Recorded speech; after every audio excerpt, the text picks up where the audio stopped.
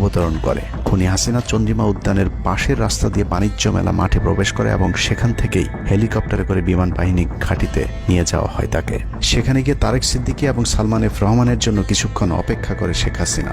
তবে শেষ পর্যন্ত সালমান এফ রহমানের পৌঁছাতে দেরি হয় শেখ হাসিনাকে নিয়ে কোনো গন্তব্য ছাড়াই 10টা 45 মিনিটে উড়াল দেয় বিমান বাহিনীর C-130 জুলিয়েট বিমানটি। সাধারণত বিমানের রুট ব্যবহারে কোড ব্যবহার করতে হলেও সেটা করেনি। রাডার ফাঁকি দিতে জীবনের ঝুঁকি নিয়ে এই পদ্ধতি অবলম্বন করা হয়েছিল। ফুল ফুয়েল লোড করা হয়। ভারতে যদি জায়গা না হয় তাহলে যেন মধ্যপ্রাচ্যের কোনো দেশ পর্যন্ত চলে যাওয়া যায়। মোট 9 জন পাইলটকে নিয়ে বিমানে ওঠানোর পর কোনো ধরনের নির্দেশনা বা ম্যাপ প্ল্যানিং ছাড়াই পাইলটদেরকে বলা হয় টেক অফ করতে।